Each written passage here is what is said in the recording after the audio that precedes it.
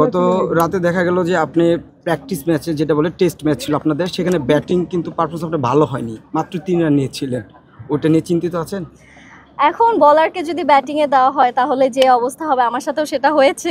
আমার কাছে মনে হয় যে আজকে একটু ট্রাই করব। কালকে আমি বাসায় যেও একটু প্র্যাকটিস করেছিলাম। ব্যাটিংটা আমার খুব কম প্র্যাকটিস হয়েছে, এটাই হচ্ছে মেইন। লাস্টে হচ্ছে কি আমাদের পুরোটাই চেঞ্জ হয়ে গেছে বলিংয়ে, যেহেতু আমাকে বলিং থেকে আসলে ব্যাটিংয়ে দেওয়া হয়েছে, হয়তো তারা ভালো কিছু চিন্তা করেছে।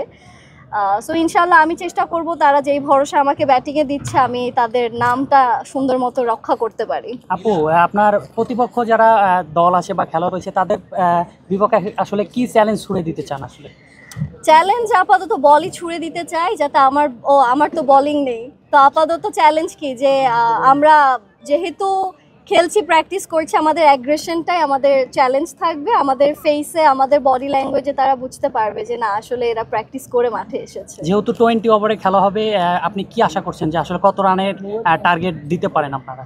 আমাদের আসলে টার্গেট করা হয়েছে মেয়েদের ক্ষেত্রে হচ্ছে আমরা যদি মোটামুটি 35 to 40 রান আমাদের মেয়েদেরকে হচ্ছে গিয়ে টার্গেট দেওয়া হয়েছে, যেহেতু মেয়েদের মাত্র 2 ওভারে খেলা।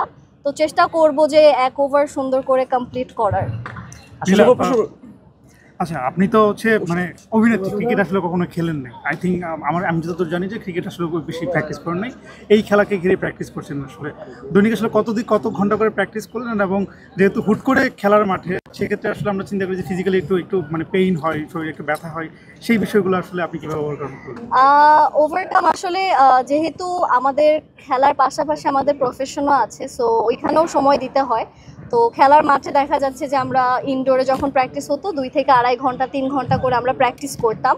আর সেক্ষেত্রে প্র্যাকটিসের টাইমে অনেক জায়গাতে আমি আঘাতও পেয়েছি, পায়ে ব্যথা পেয়েছি, হাতে ব্যথা পেয়েছি, আমার ঠোঁট লিটারালি ফেটে গেছে বল পড়ে।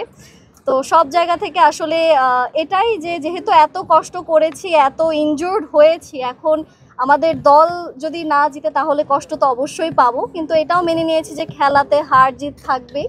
তো may the best team win.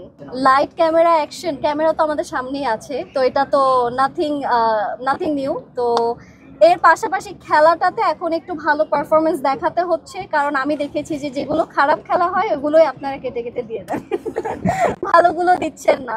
তো আশাবাদী যে আজকে যেহেতু টেট স্পোর্টসে খেলাটা দেখানো হবে, তো আজকে অ্যাকচুয়ালি প্রপার কিভাবে কে খেলছে, সবার হার্ডওয়ার্ক, ডেডিকেশন, মনোবল আজকে ক্যামেরাতে অডিয়েন্সই দেখতে পারবে। সেটা হচ্ছে যে এখানে যেহেতু মানে তারকারা আসলে প্রফেশনাল ক্রিকেটার, তারা আসলে মানে বলা যায় একটা অ্যামেচার, তো সেই জায়গা থেকে একটু মানে বলিং কিংবা ব্যাটিং স্টাইলগুলো একটু ডিফারেন্ট হবে।